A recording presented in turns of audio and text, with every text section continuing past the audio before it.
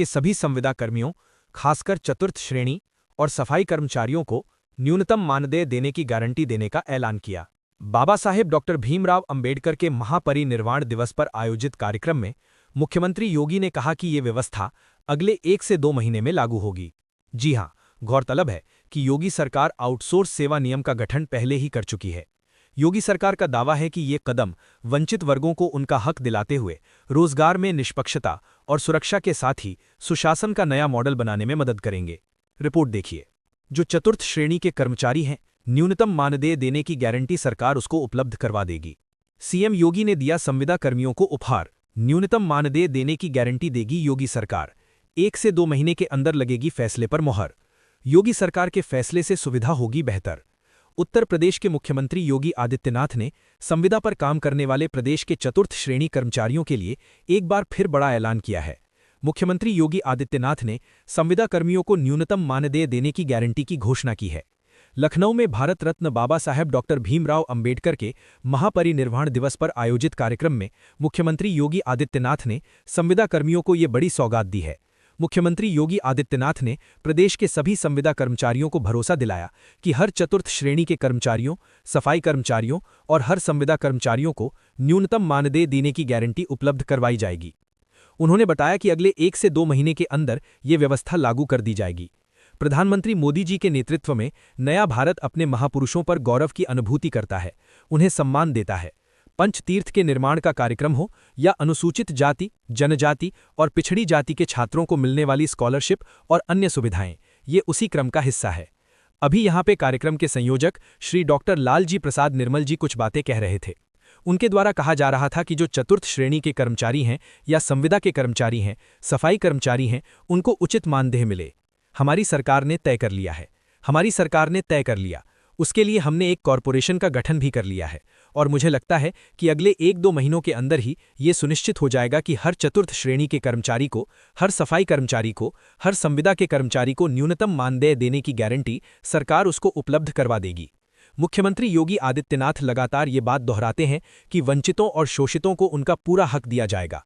Baba Saheb doctor Bhimrao Ambedkar के महापरिनिर्वाण दिवस पर भी उन्होंने अपने इस संकल्प को दोहराया। जीरो पॉवर्टी का हमारा अभियान भी उसी का हिस्सा है। अभी भी जो वंचित है, जो सुविधा का लाभ नहीं प्राप्त कर पाया है, अनुसूचित जाति, जनजाति, अति पिछड़ी जाति की गरीबों की, उन सभी तबकों को चिन्हित करने का कार्य हमारा लगभग फाइनल हो चुका है। इस समय उनके किसी के राशन कार्ड बन रहे हैं, किसी के लिए पेंशन के कार्ड बन रहे हैं, किसी को अन्य सुविधाओं का लाभ उपलब्ध करवाया जा रहा है। उत्तर प्रदेश में भारतीय जनता पार्टी की डबल इंजन सरकार लगातार सबका साथ, सबका विकास के मिशन को पूरा करने में कोई कोर कसर नहीं छोड़ रही। मुख्यमंत्री योगी आदित्यनाथ की अगुवाई वाली सरकार प्रदेश के गरीबों और वंचितों को विकास की हर योजना का लाभ प्रदान कर रही है। अगर आप देखेंगे, मोदी जी ने सबका साथ और सबके विकास के भाव के साथ बिना भेदभाव के योजनाओं का लाभ हर गरीब को, हर वंचित को, हर दलित को, हर पिछड़े को, हर महिला को, हर युवा को प्राप्त हो सके, इसके लिए देश के अंदर जो कार्यक्रम अभियान प्रारंभ किए वो आज आप सबके सामने है।